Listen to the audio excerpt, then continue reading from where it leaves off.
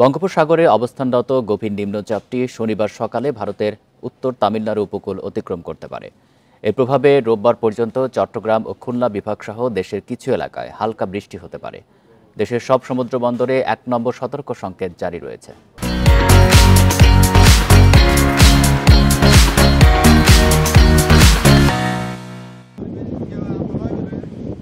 গত শনিবার বঙ্গোপসাগরে তৈরি হয় লঘুচাপ, পরে সেটি সুস্পষ্ট লঘুচাপ নিম্নচাপ দশা পেরিয়ে মঙ্গলবার গভীর নিম্নচাপে পরিণত হয়। আবহাওয়া অধিদপ্তরের তথ্যানুসারে শুক্রবার ভোর ৬টায় গভীর নিম্নচাপটি পায়রা সমুদ্র বন্দর থেকে ১৫৩৫ কিলোমিটার দক্ষিণে অবস্থান করছিল। এর কেন্দ্রে সাগর উত্তাল রয়েছে।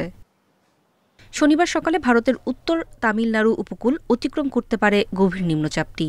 এরপর সারা দেশে বাড়তে পারে শীতের তীব্রতা। ২ দিন ধরে যে তাপমাত্রা যে একটা কমার ছিল সেটা থমকে গেছে। তাপমাত্রাটা 2 দিন কমবে না ওইভাবে, রাতে তাপমাত্রাটা কিছুটা বাড়বে, অর্থাৎ দিনের তাপমাত্রাটা কিছু কমতে পারে। তবে যখন এই গভীর নিম্নচাপটা পুরোপুরি উপকূল অতিক্রম করে যাবে, যাওয়ার পরে কিন্তু আপনার তাপমাত্রাটা কমবে এবং সারা দেশে তাপমাত্রাটা কমবে এবং শীতের প্রকোপটা সে সময় বাড়বে। ডিসেম্বর একাধিক শৈত্যপ্রবাহেরও আশঙ্কা রয়েছে বলে জানিয়েছেন আবহাওয়াবিদেরা।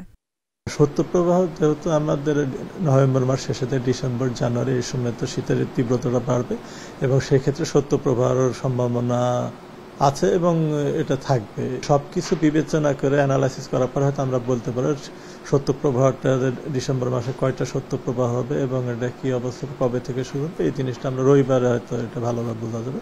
তবে ডিসেম্বর মাসে শৈত্যপ্রবাহ আসবে। এদিকে আগামী 2 দিন সারা দেশে রাতের তাপমাত্রা সামান্য বাড়লেও কমতে পারে দিনের তাপমাত্রা। শুক্রবার ভোর ৬টা পর্যন্ত ২৪ ঘণ্টায় দেশের সর্বনিম্ন তাপমাত্রা রেকর্ড করা হয় তেঁতুলিয়ায় ১১.৩ ডিগ্রি সেলসিয়াস। নূরে জান্নাত, ইন্ডিপেন্ডেন্ট নিউজ, ঢাকা।